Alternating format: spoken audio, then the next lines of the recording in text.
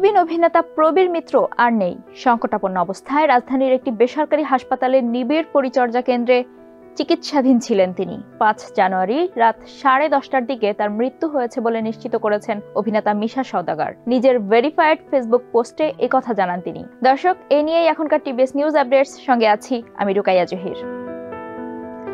দীর্ঘদিন ধরে শরীরে অক্সিজেন স্বল্পতা সহ বিভিন্ন শারীরিক জটিলতায় ভুগছিলেন প্রবীর মিত্র। গত 22 ডিসেম্বর তাকে হাসপাতালে ভর্তি করা হয়।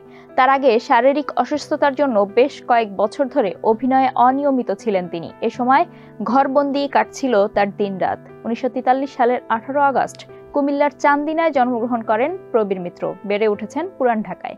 পুরো নাম প্রবীর কুমার মিত্র। স্কুল জীবন থেকেই নাট্যচর্চায় যুক্ত হন তিনি।